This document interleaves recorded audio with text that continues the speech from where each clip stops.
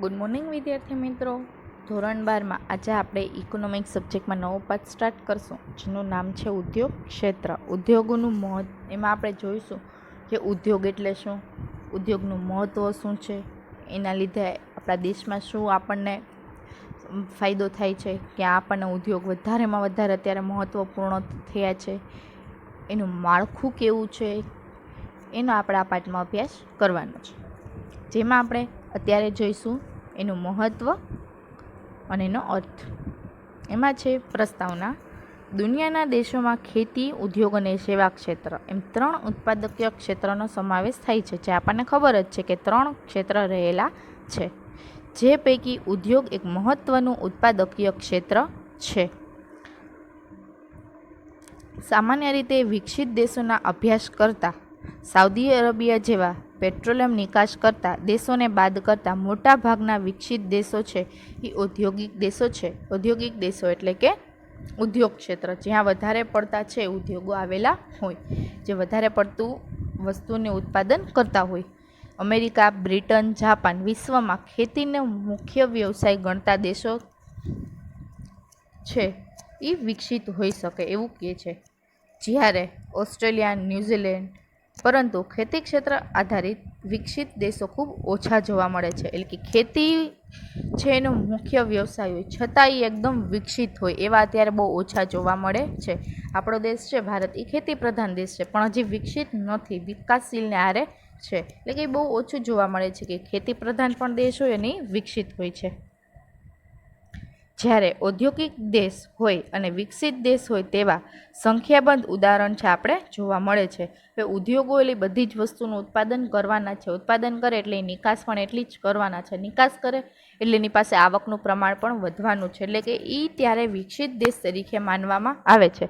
એના આપણે ઘણા બધા ઉદાહરણ જોઈ શકાય છે, જેથી વિશ્વના દેશોમાં મોટાભાગના દેશો એવું માનતા થયા કે ઝડપી આર્થિક વિકાસ સાધવા માટે ઉદ્યોગ ક્ષેત્ર છે એ ખૂબ મહત્ત્વનું સાધન છે. કે તમારે તમારા દેશનો આર્થિક વિકાસ સાધવો હોય, પાયાની જરૂરિયાતોમાં વધારો કરવો હોય, સુખ સગવડની જરૂરિયાતો વધારવી હોય, શિક્ષણ, આરોગ્યનું પ્રમાણ વધારવું હોય, એટલે કે એનો આર્થિક વિકાસ થાય, એના માટે ઉદ્યોગ ક્ષેત્ર છે એ જ જરૂરી છે. એના દ્વારા જ છે આપણે આર્થિક વિકાસ ઝડપથી સાધી શકાય છે.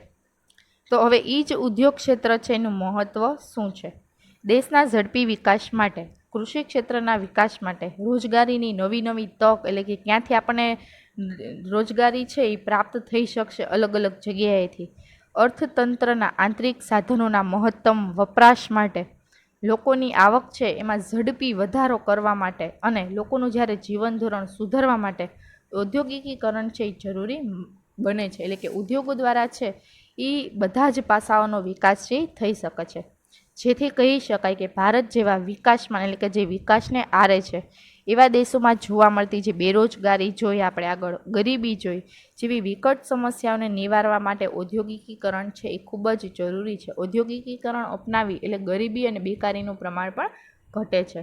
આ ઔદ્યોગિકીકરણ માટે માત્ર આર્થિક વિકાસ હાંસલ કરવા માટે નહીં, હજી સામાજિક અને રાજકીય સ્થિરતા માટે પણ એ જરૂરી છે. અત્યારે કોઈ વ્યક્તિનો વિકાસ ન થાય તો એની સામાજિક સ્થિતિ છે એ ખૂબ અસ્થિર થઈ જાય છે, એવું નહીં, પણ એની સમાજમાં પણ પ્રતિષ્ઠા થાય એ ખૂબ જ જરૂરી છે. તો એના માટે તમને છે એ નીચે મુદ્દા આપેલા છે કે જે ઔદ્યોગિક ક્ષેત્ર છે એનું મહત્ત્વ શું છે.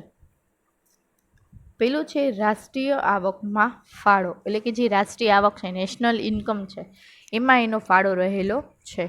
ભારતની આઝાદી સમયે ખેતી ક્ષેત્રનું અર્થતંત્ર પર પ્રભુત્વ હતું, એટલે કે એનું વર્ચસ્વ હતું એ અર્થતંત્ર પર ખેતી ક્ષેત્રનું હતું, કારણ કે આપણો દેશ જ છે એ ખેતી પ્રધાન દેશ છે. પણ ધીમે ધીમે ઔદ્યોગિકીકરણ થયું એ પછી ધીમે ધીમે ઉદ્યોગોનું મહત્ત્વ વધતું ગયું, જે ઉત્તરોત્તર ઉદ્યોગોના વિકાસના કારણે ઘટતું ગયું. એટલે કે ધીમે ધીમે છે ખેતી ક્ષેત્રમાં પણ આપણે યંત્રનો ઉપયોગ કરવા માંડ્યા, યાંત્રિકીકરણ થયું ત્યારે, એટલે કે એમાં પણ ઉદ્યોગોનું મહત્ત્વ ધીમે ધીમે વધવા લાગ્યું અને તેની સામે ઉદ્યોગોનો રાષ્ટ્રીય આવકમાં ફાળો વધવા માંડ્યો.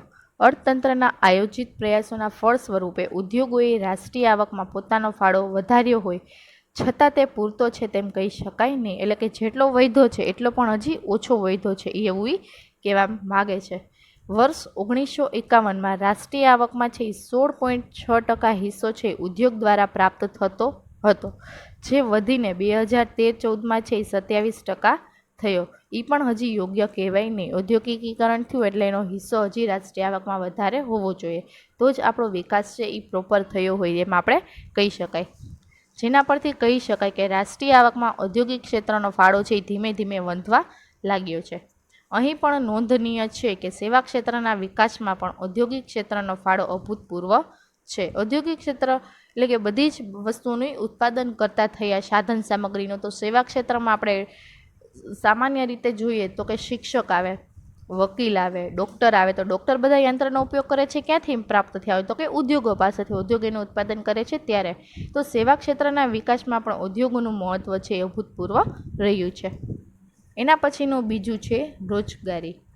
ભારત અતિ વસ્તી ધરાવતો દેશ છે, જેમાં શ્રમનો પુરવઠો પૂર્ણ સ્વરૂપે રોજગાર અર્થે ઉત્પાદકીય કાર્યમાં ઉપયોગ લેવામાં આવતો નથી. શ્રમ એટલે કે વ્યક્તિને કાર્ય કરવાની ક્ષમતા એ આપણી પાસે ખૂબ જ રહેલી છે, કારણ કે જ્યાં માણસ જ વધારે છે, વસ્તી જ વધારે છે, તો એની પાસે શ્રમનો પુરવઠો, શ્રમની માત્રા પણ વધારે જ રહેવાની છે. તો એ જેનો શ્રમ છે એ રોજગાર મેળવવા માટે, કોઈ પણ કાર્ય કરવા માટે ક્યાંક ને ક્યાંક ઉપયોગમાં લેવામાં આવતો નથી. એટલે કે અર્થતંત્રમાં રોજગારીની તકોના અભાવને કારણે બેરોજગારી ઉદ્ભવે છે. એટલે કે એના શ્રમ આપણને છે એ ઘટાડો જોવા મળે છે, કારણ કે જ્યાં બેરોજગારી હોય ત્યાં છે વધારે ને વધારે હોય તો એના અર્થતંત્ર પણ છે એ જોખમ પણ વધારે રહેવાનું છે. અર્થતંત્રમાં રોજગારી જ્યાં વધારે હોય તો એનું અર્થતંત્ર એકદમ વ્યવસ્થિત હોય. એટલા જ માટે ઉદ્યોગ ક્ષેત્ર દ્વારા છે આયોજનના પ્રયાસોના ભાગરૂપે છે વિકાસ હાંસલ કરી શકે તેવી અલગ અલગ રોજગારીની જે તકો છે એમાં વૃદ્ધિ થયેલ જોવા મળે છે. વર્ષ 1951માં 10.6 શ્રમિકો ઉદ્યોગ ક્ષેત્રે રોજગારી મેળવતા થઈ ગયા હતા. એટલે કે 10% પ્રમાણ છે રોજગારીનું ઉદ્યોગ ક્ષેત્ર દ્વારા વધી ગયું હતું.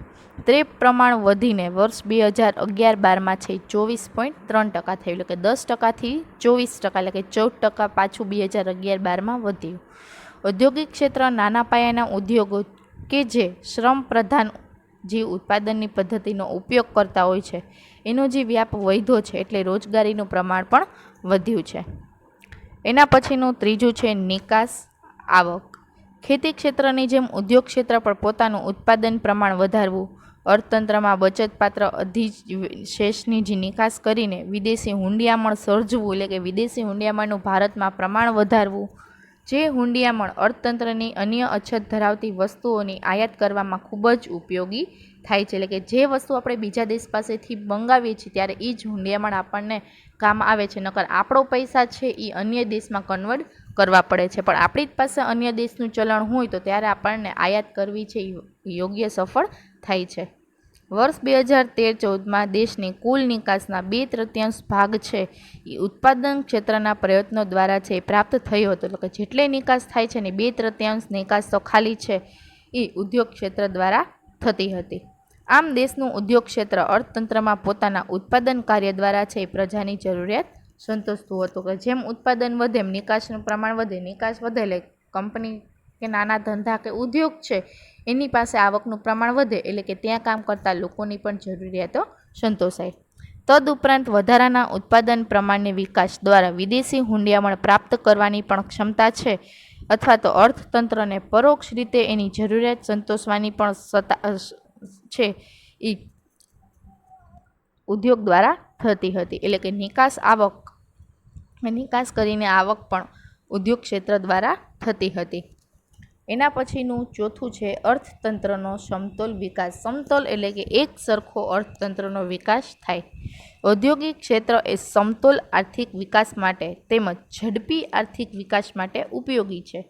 દેશના વિકાસ થવા સાથે લોકોની ખેતીજન્ય જરૂરિયાત, એટલે કે એની પ્રાથમિક જે જરૂરિયાત છે એની માંગ સર્જવા માટેની આવક ઉપરાંત આવકનો જે એક ભાગ છે એ બચત સ્વરૂપે રહેતો હોવાથી લોકોની મોજ શોખની છે, આનંદ કરવાની જે જરૂરિયાત છે એ વધવા લાગી, જે મુખ્યત્વે ઉદ્યોગ દ્વારા છે પૂરી પાડી શકાય છે.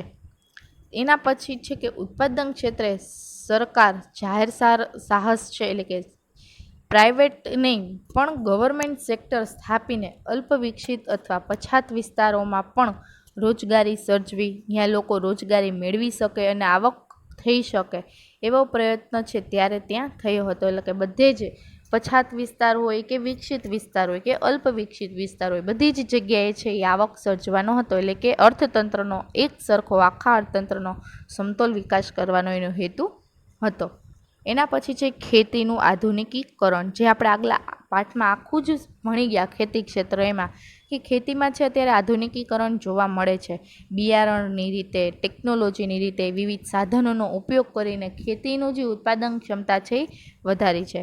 એમ જ ખેતીના ઝડપી વિકાસ માટે અને જમીનની તેમજ શ્રમની ઉત્પાદકતા વધારવાના હેતુથી ખેતીનું આધુનિકીકરણ જરૂર ગણાય છે.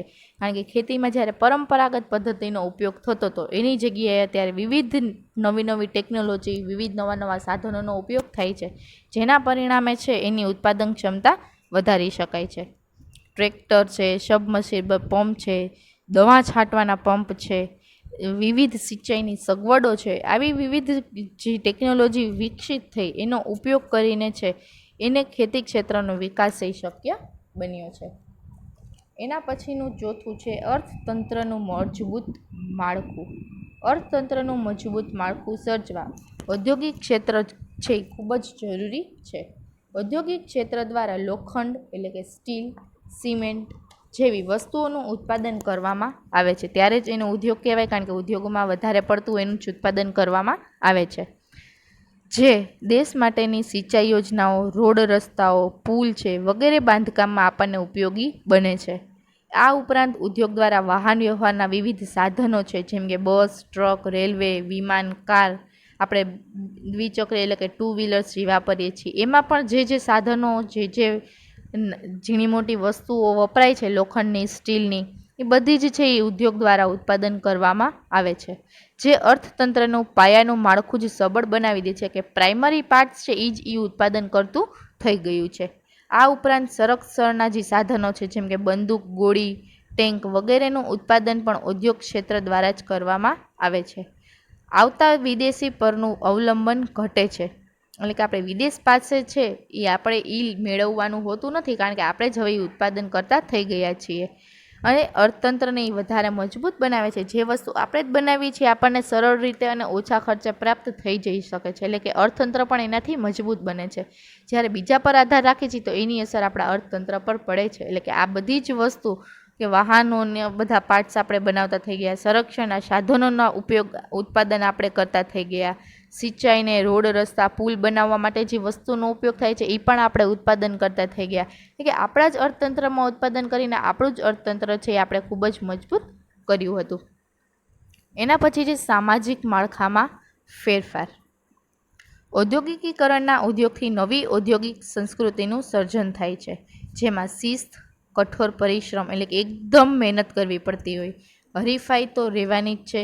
આજે તમે કોઈ ઉદ્યોગ દ્વારા કોઈ વસ્તુનું ઉત્પાદન કરો છો તો એ વસ્તુ જ્યારે બજારમાં જાય છે તો એનો હરીફ છે એવી જ વસ્તુ ઉત્પાદન કરવા પ્રેરાય છે, કે એનાથી પણ વધારે સારી કરવા માટે એ પ્રયત્ન કરતો હોય છે. એટલે કે હરીફાઈ બજારમાં રહેલી છે.